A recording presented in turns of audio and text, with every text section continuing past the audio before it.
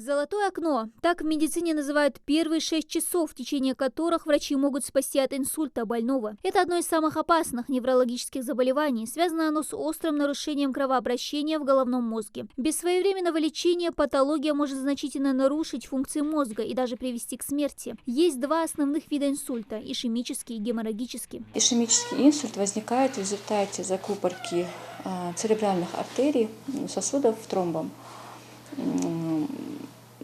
Ишемический инсульт бывает острый и подострый. Острый развивается в течение нескольких минут, а подострый в течение нескольких дней.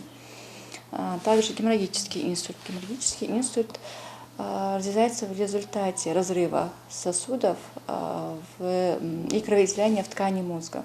Ежегодно в России регистрируется более 450 тысяч случаев инсульта. Чаще всего он бывает у пожилых людей и тех, кто страдает различными хроническими заболеваниями. Это артериальная гипертензия, сахарный диабет, аритмия, опухоль головного мозга. Очень часто ни сами больные, ни люди, которые их окружают, не подозревают, что у них инсульт. К развитию опасного недуга ведут и вредные привычки – алкоголь, курение и наркотики, повышение артериального давления, судороги, тошнота и рвота, головокружение. Таковы симптомы заболевания.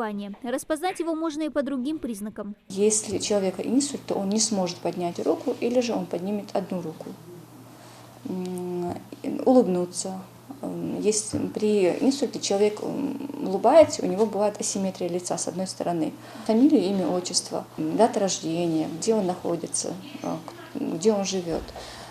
Человек, у которого инсульт, он не сможет это назвать, или же у него будет невнятная речь. Кома, пневмония, параличи – вот лишь одни из последствий заболевания. Беречь себя и свое здоровье призывают во Всемирный день борьбы с инсультом. Дата отмечается ежегодно с 2004 года, 29 октября. В этот день во всех медучреждениях проводятся акции по профилактике заболевания. Их цель – повышение осведомленности мирового сообщества и прежде всего молодежи о проблеме инсульта. Направлены они на пациентов, уже переживших инсульт. Им врачи советуют соблюдать ряд правил, чтобы избежать повторного случая заболевания. Я бы хотела посоветовать пациентам, чтобы они вовремя обращались в поликлинику, амбулаторию, выявляли своевременно, сдавали анализы, обследования свои, чтобы в дальнейшем не было у нас риска возникновения таких разных заболеваний. Около 70% инсультов можно предотвратить с помощью своевременной профилактики и здорового образа жизни. Нужно правильно питаться, заниматься спортом и оберегать себя от стрессов. И, конечно же, не пренебрегать визитами к врачу и следить за уровнем холестерина и кровяного давления. Важно знать, острое нарушение кровотока в мозге может возникнуть в любом возрасте. Если вдруг у вашего близкого или родственника есть признаки инсульта, нужно тут же вызвать карету скорой помощи. Затем уложить больного на ровную поверхность, приподнять голову и повернуть ее на бок, обеспечить свободное поступление кислорода, измерить давление и ждать бригады медиков. Дана Плиева, Асхаб Белакиев,